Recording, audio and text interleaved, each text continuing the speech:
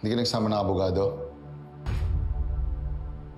My lawyer is also Amelie's lawyer. I don't think it's a good idea.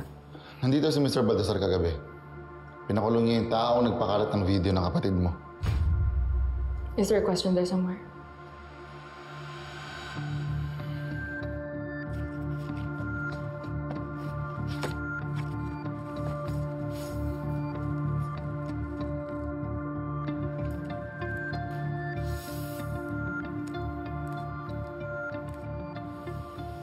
Kailan mo nalaman yung kay Zack at sa kapatid mo? Kahapon lang. Sigurado ka? Hindi pa napapaliwanag sa akin yung tea tree oil na nakuha sa kotse mo. I told you, hindi nga akin yung tea tree oil na yun. Pero hindi mo rin masabi kung kanino. Saan ba pupunta yung mga tanong mo?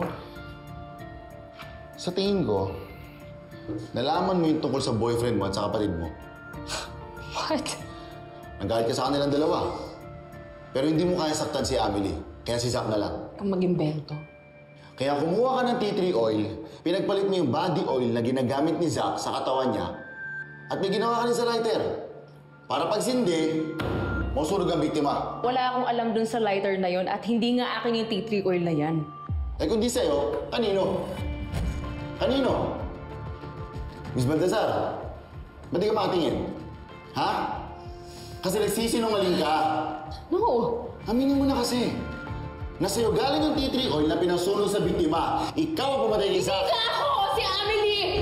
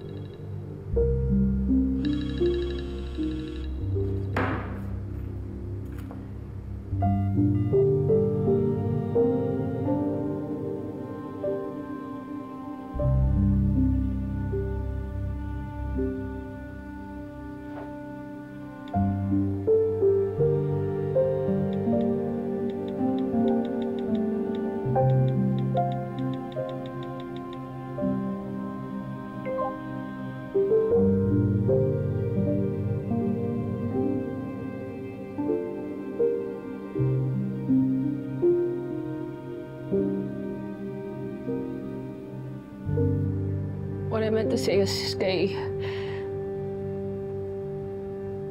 Amelie yung tea tree oil. Hindi sa akin. Sigurado ka? Para mabinibintang mo lang sa kapatid mo kasi galit ka sa kanya. Eh kung hindi ka naniniwala, ay di wag. I'm just telling you what I know. Eh di sana, sinabi mo na agad sa amin. Eh bakit di mo sa amin sinabi agad? Because I wanted to protect her. Because I thought ganun yung ginagawa ng magkapatid para sa isa't isa. Pero hindi pala, binebetray din pala. Hindi ito tungkol sa issue ng pamilya niyo. Miss Baltasar, this is a murder investigation. Alam ko. Pero di ba dapat kayo nag-imbestiga? Hindi naman ako.